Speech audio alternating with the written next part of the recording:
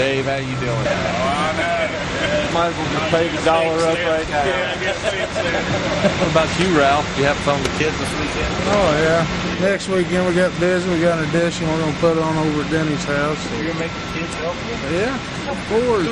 Please. Start them young. Start them young, yeah. First thing we're going to be doing this morning is going to be covering the JSA on the pour. Once again, we are pouring a foundation. We're going to be setting the pump truck up on the west side. So on the specific task steps, I've got pump set up. We got to watch out for struck by or pinch points. The ways we got to correct that is we got to make sure whoever's backing these trucks up, they are maintaining eye contact and they have their orange vest on. So Dave, that's going to be you. That's going to be a critical part on your part. You got anything you want to add to that? We just want to make sure, guys, anybody that's walking around the truck, make sure you make proper eye contact with the operator. If you do, make sure that he gives you a nod or a thumbs up when you're walking around it. Be sure to remind your men this morning. Be sure and watch all the other traffic that's surrounding the area. The guys that's testing the concrete, let's make sure that we don't back over them. Watch for other people that's all working around you. All right, guys, once again, we're going to be placing 270 yards of concrete today. I think, Matt, you've got this truck scheduled to be here at 7:30. Nichols will be pulling up with that. We need to make sure, Dave, we get the plastic down before we stage the truck. Matt Nycom, he's got 50 yards scheduled an hour. We're going to start on the east side working west, filling the foundation at 1 foot an hour. Once again, the assignments are as follows. Sam, you're going to be on the pump today. Brandon, you're going to be on the vibrator. Buddy will be on the tail of the vibrator. Robert's going to be on the rake with the finishers. Tim will also be on the rake with the finishers. Herb and Avery will be finishing. Frank and Jimmy's going to be doing form watch. Matt's going to be collecting tickets at the pump.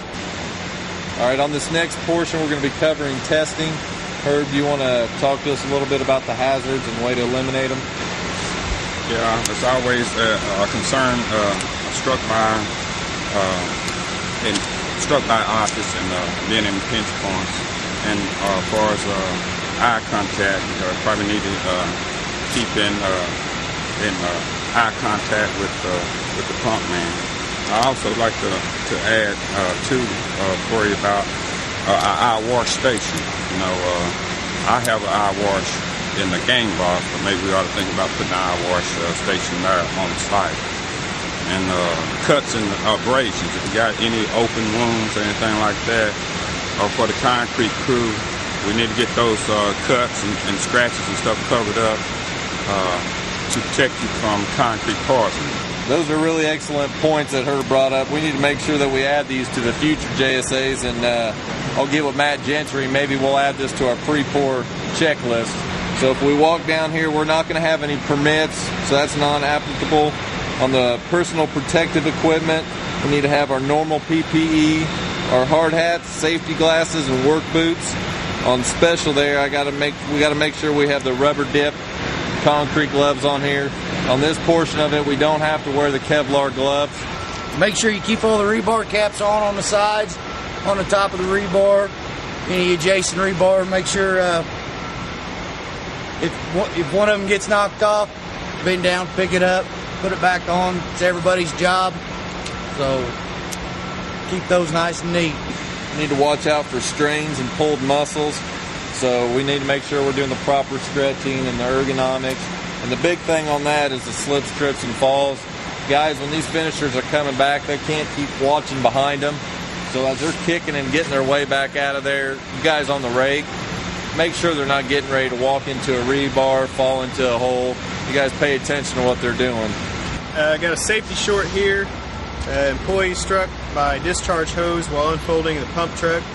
You guys got some pictures there on the front. The immediate cause analysis.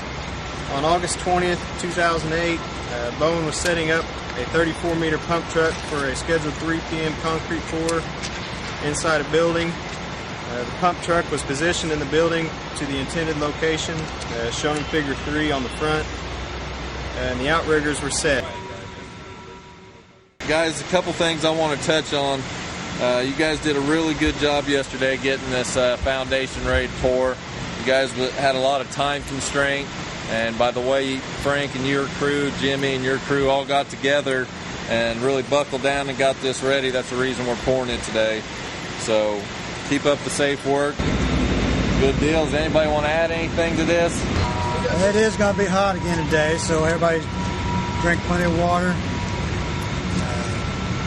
Watch out for your other guys working around you, just to make sure nobody's getting overheated.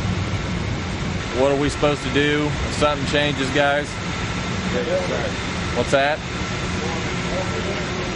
We're going to need to cover that 2-minute rule. Just stop what we're doing. Even if we're pumping concrete and something changes, stop what we're doing. Let's regroup. Let's figure out what the problem is, how we can fix it, and then let's get back to work after everything's safe. Once we're done with this task, we are done with this JSA. We need to close it out, and once we go into the next task, we need to fill out a new JSA. So let's also, if this thing goes on past lunch, that we need to be validating these and making sure that we're following what we've written down. So once again, guys, once we're done with this, let's close it out. Once we start a new task, we'll write another one. So good work, guys. Let's be safe. Let's go to work.